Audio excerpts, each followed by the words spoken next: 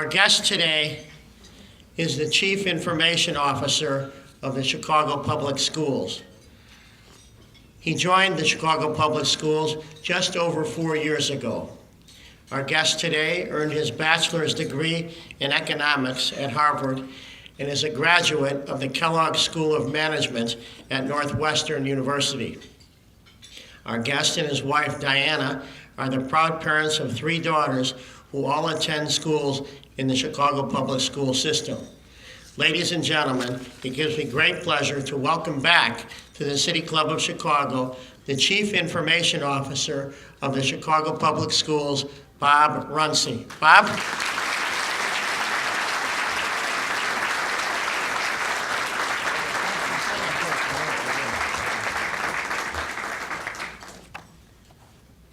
All right, thanks, Jay. I want to thank you and the City Club of Chicago for giving me the speaking opportunity here today. Also want to say a few thank yous. First, let me take a moment to recognize and thank all of the hardworking staff from my office, the Department of Information and Technology Services.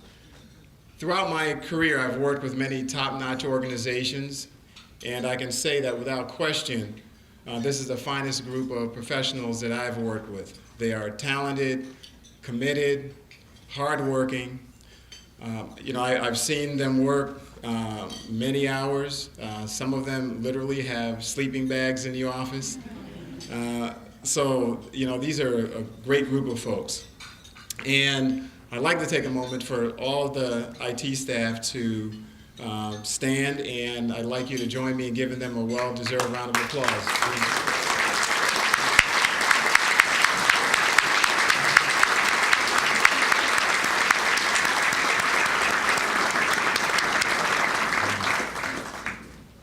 Thank you.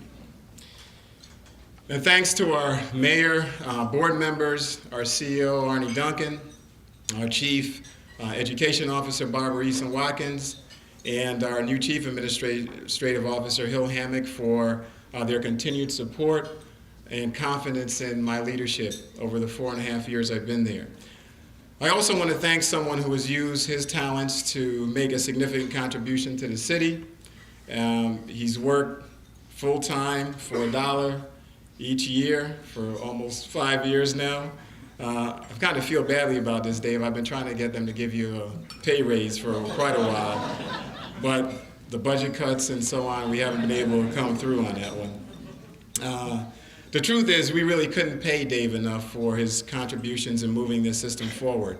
He's been a great supporter and mentor. I've learned a lot from him and would not have been able to move forward and accomplish any of the things that we have without his support and leadership. So many thanks to you, Dave.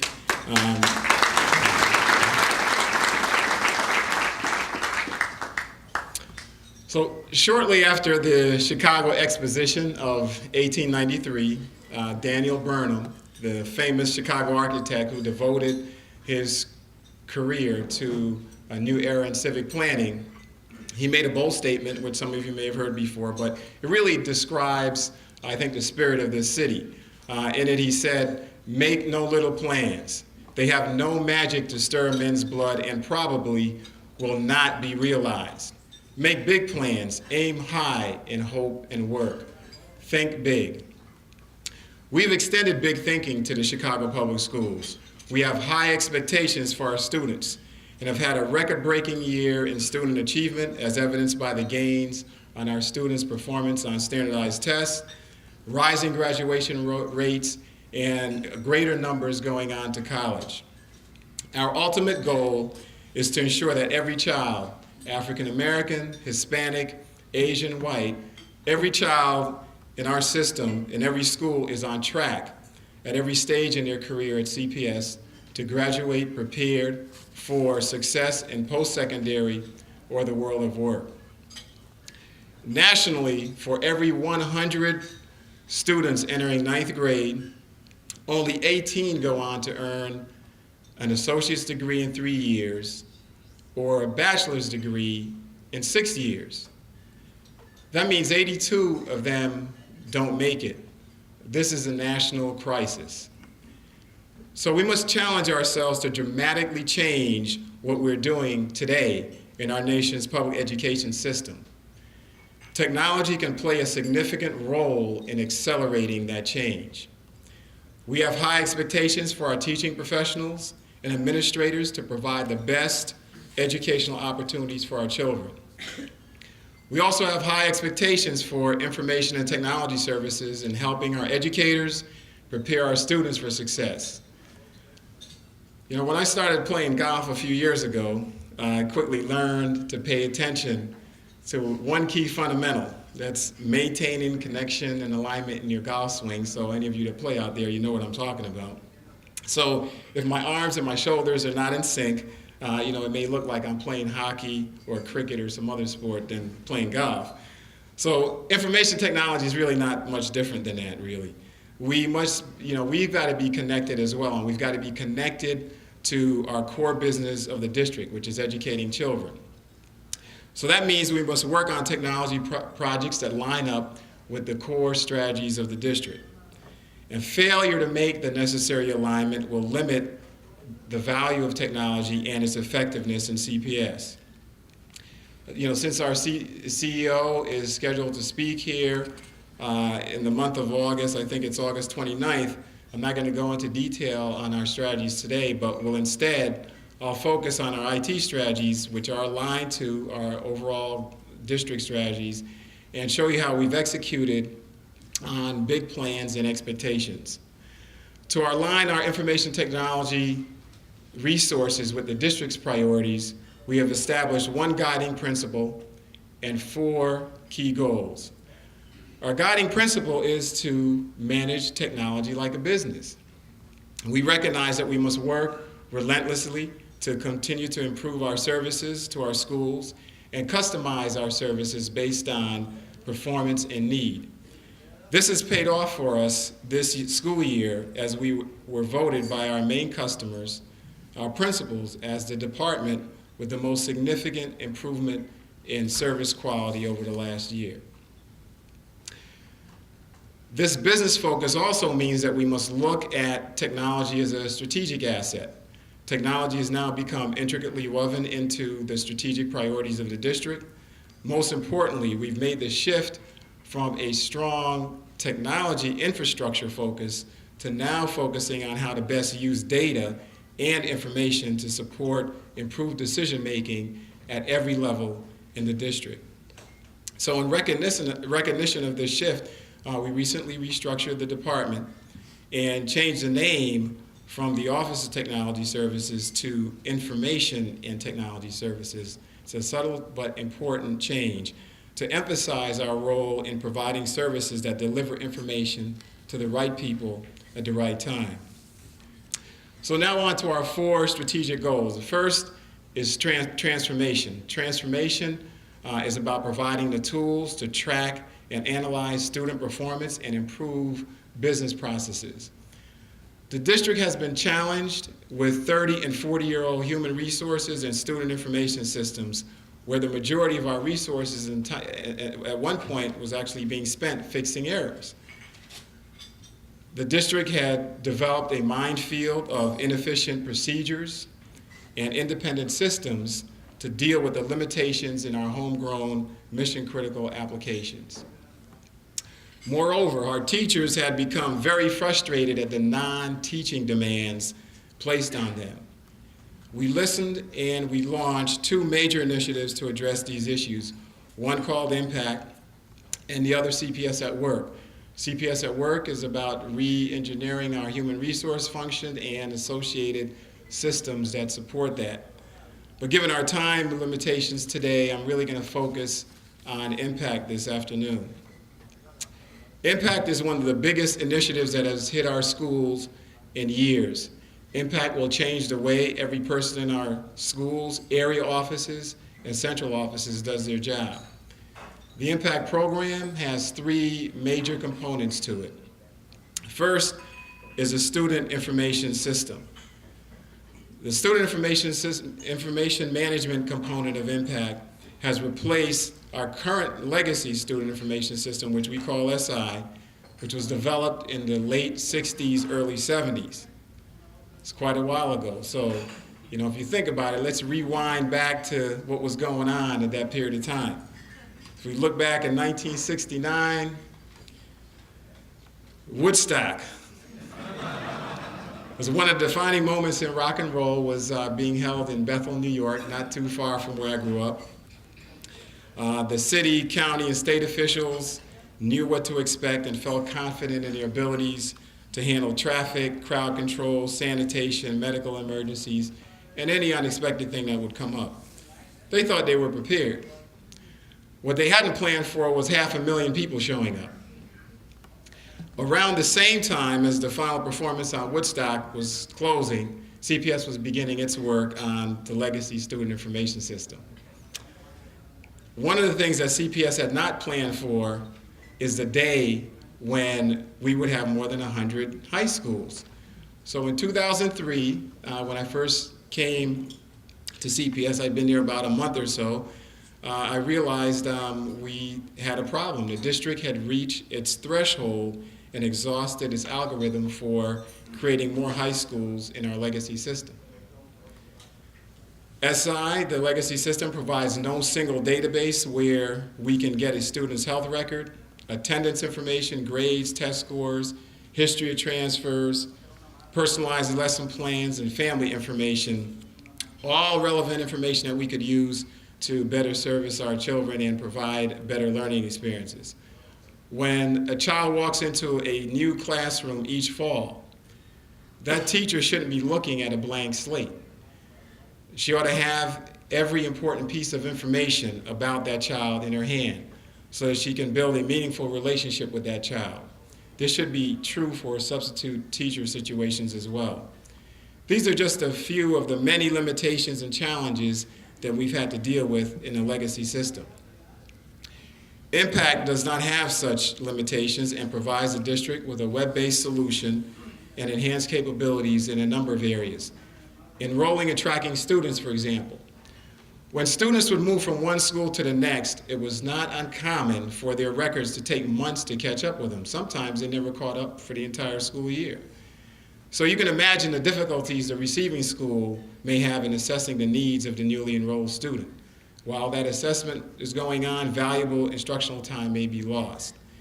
With Impact, students are enrolled at the district, and the students' complete information and records are available automatically to any authorized school and individual at the school.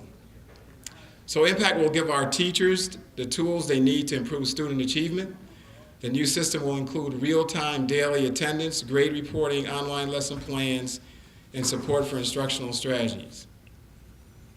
The second component of Impact is specialized services management, which is used to manage the information on our 58,000 students with special needs.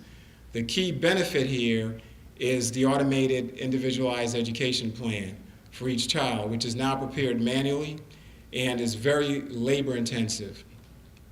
Third component is curriculum and instructional management. This will provide helpful tools for instruction. This part of Impact will deliver assessment data and textbook content to teachers in electronic form where they can easily access the information. This will better equip our teachers to analyze the consequences of teaching methods and materials, giving them the opportunity to differentiate their instruction and produce the best outcome for students. This tool will also help our teachers in collaborating with each other in relating their work to the experiences that other teachers are having in their classrooms.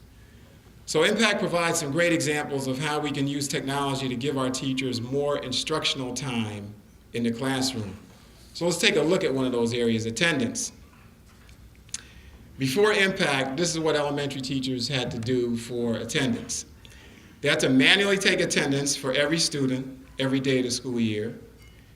They had to manually summarize that attendance data each month. That's 10 times a year.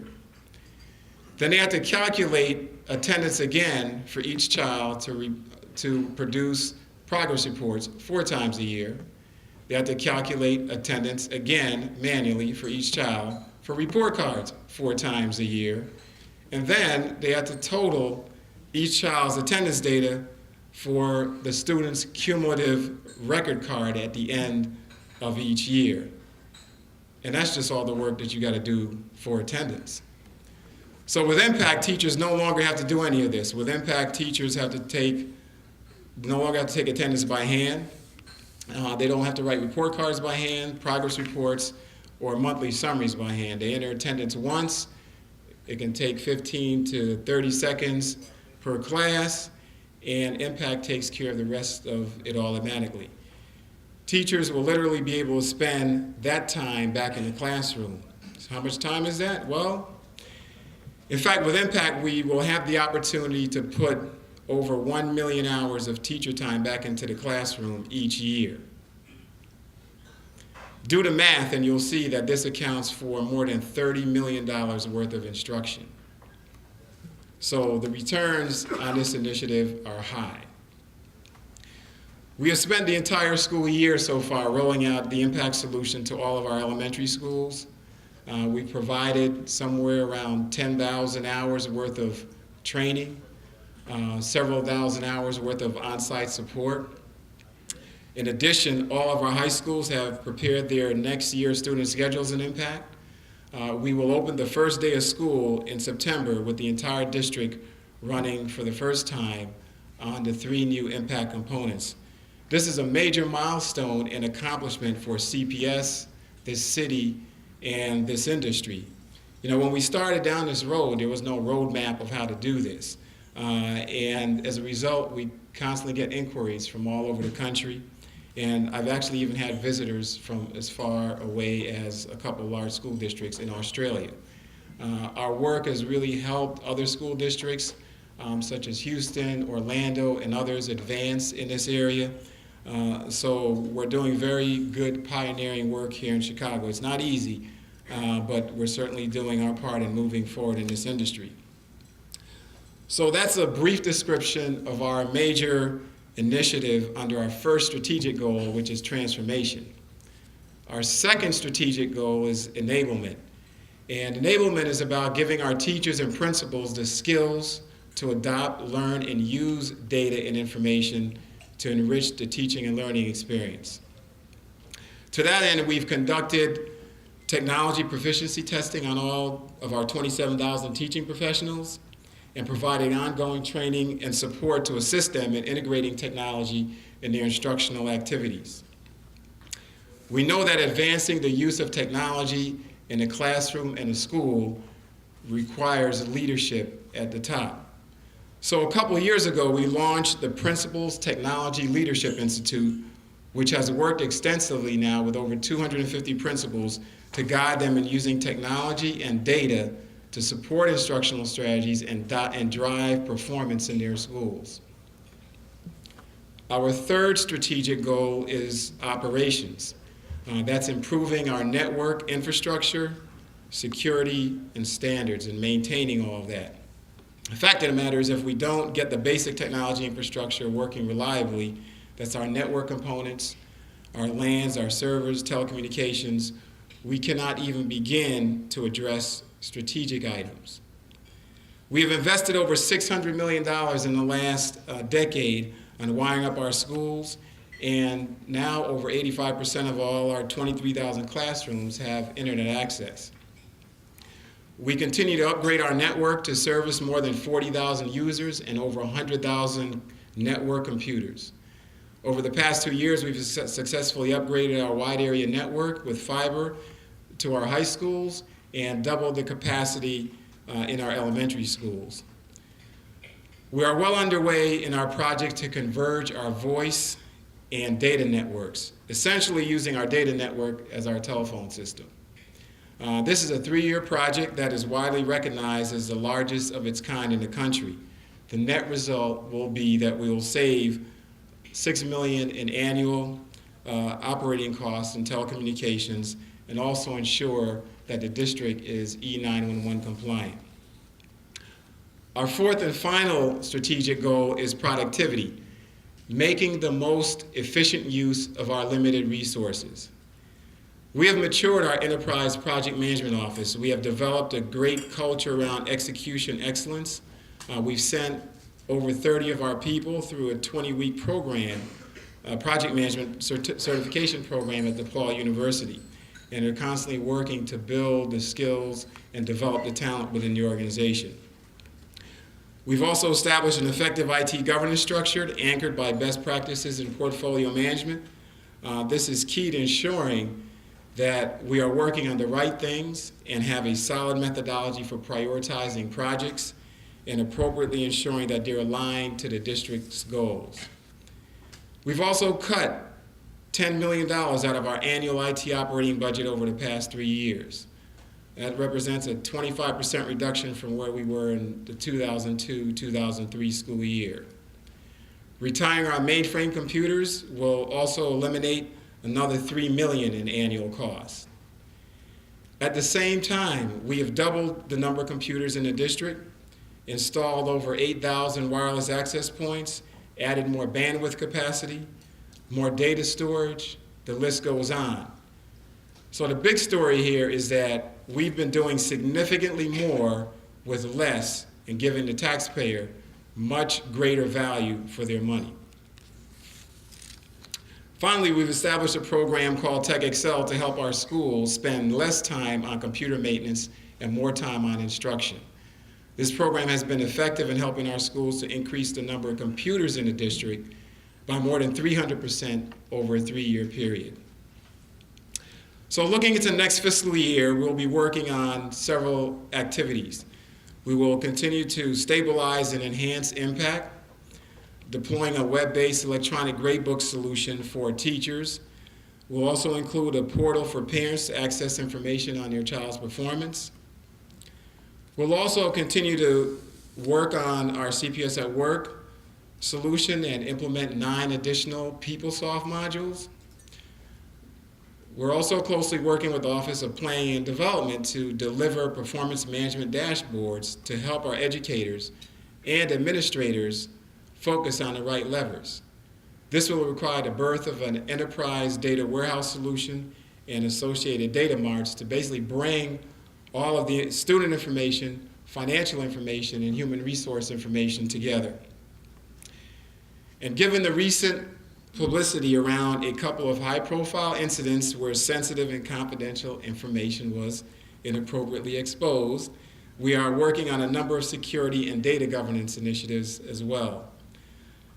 So within the next year, we will also introduce a new online presence, effectively redoing our brand at CPS and redesigning our website to make it easier for families to find information. So our biggest challenge will have less to do with technology and more to do with people and processes.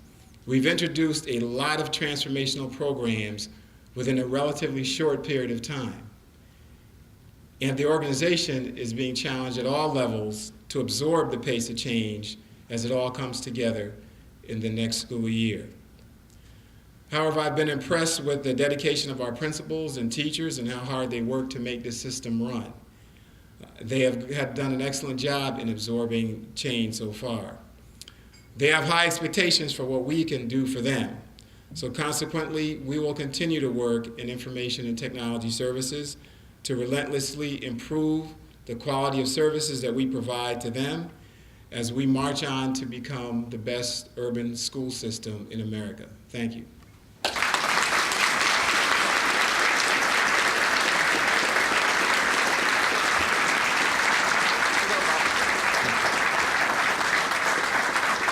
If you have any questions, stand behind Ms. Posner, who races to the mic with speed. Go ahead, Ms. Posner. Okay. You said that 23,000 classrooms have been wired for internet access. So that would mean if there were an average of 25 kids in a classroom, you'd need 575,000 computers for the kids to use. How many computers are there for students to use at CPS? Our count on the number of computers is somewhere in excess of 100,000. The challenge that you have with that number is the decisions around how many computers exist in a particular school reside with the leadership of that school. So you may go to a school and you may find a 1-to-1 student-computer ratio. You may go to another school and you may find 10-to-1. And so, and that's pretty much the management structure that has been put into the district. And that goes all the way back to the birth of local school councils and local site governance around that. So we provide the infrastructure. We don't control how the schools actually use the technology in the schools or how much technology they acquire. We give them the flexibility to determine that. Because if each kid doesn't have a computer to use every day, they can't do the research, they can't do their homework, Yeah. they're not going to be able to do the work. And I would argue that also if each kid has a computer in their school and the teachers don't effectively integrate that into their instruction, or they don't have the right leadership to support that, we're not going to get the value out of that we need. So we've been focusing at the top, and if we get the leadership in the schools to understand how to integrate technology in the curriculum and how to best use that, that will ultimately drive greater numbers of computers in the district, and we've seen that go up by the percentages I've mentioned to you. Thank you. There's no one behind me. I can ask more questions. You're getting mad at me for asking That's too many. already been established. So Bob, I have a question for you. Can you give us an example of a recent implementation for student technology at the schools?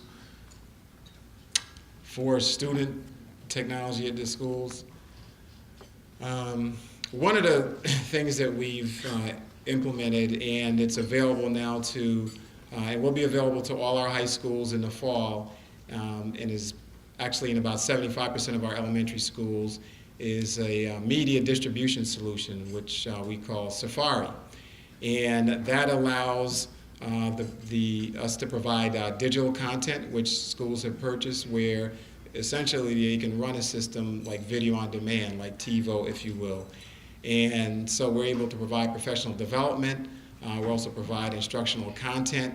I've seen teachers use this information and this content and integrate it into social studies classes, science classes, etc. So we have a business unit called e-learning, and that's pretty much their focus, is to work with the schools, looking at a variety of educational technology and solutions, and working with the principals and the teachers to integrate technology into the curriculum.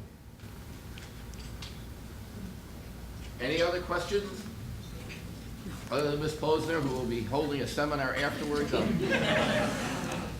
We only have like a little over 400,000 kids in the school system, right? It's about 415,000 now, so we've had some declines over the years, but. So we don't need 535,000 computers. But that's if you had a computer sitting, he said they're wired in 23,000 classrooms. If there's 25 kids per classroom, that's 575,000.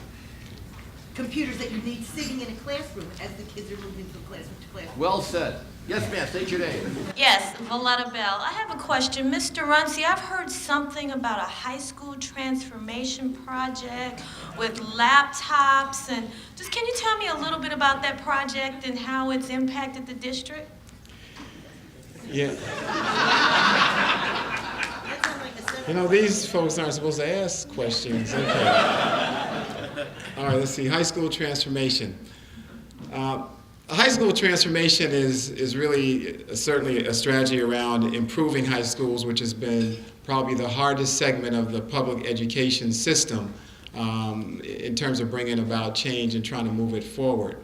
So if you look at Chicago's landscape, we've got our selective enrollment schools, some of the highest performing schools, not only in Chicago and the state and the country. Whitney Young, for example, came in #2 in the National Academic Decathlon. So we've got our high-performing selective enrollment schools. Then we also have a group of high schools that have not been performing well and have had a number of performance challenges, and we have been essentially closing some of those schools under a program many of you have heard of, Renaissance 2010, and creating new options and opportunities for those students.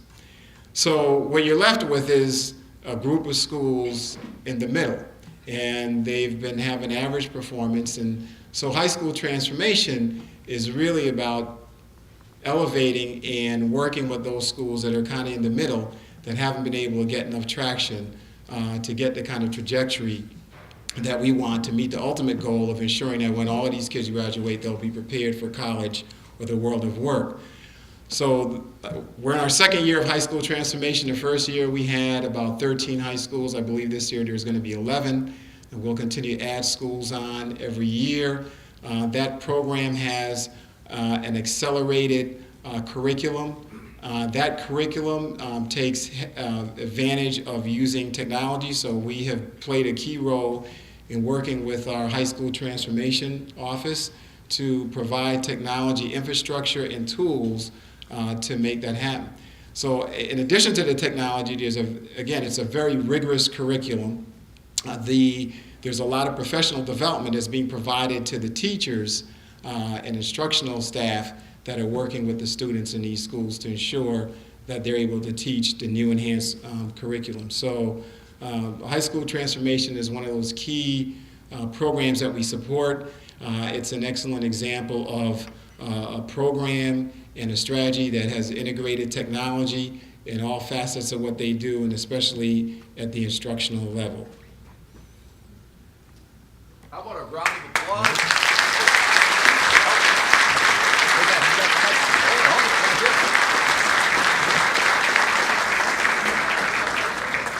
Almost as nice as yours, we have the official City Club mug. We have a 1-year membership that's renewable with cash or check, and the history of the City Club. And before we give them one final round of applause, Moderator Green, how many of us have graduated from Chicago Public Schools elementary and high school? Raise your hand. There you go.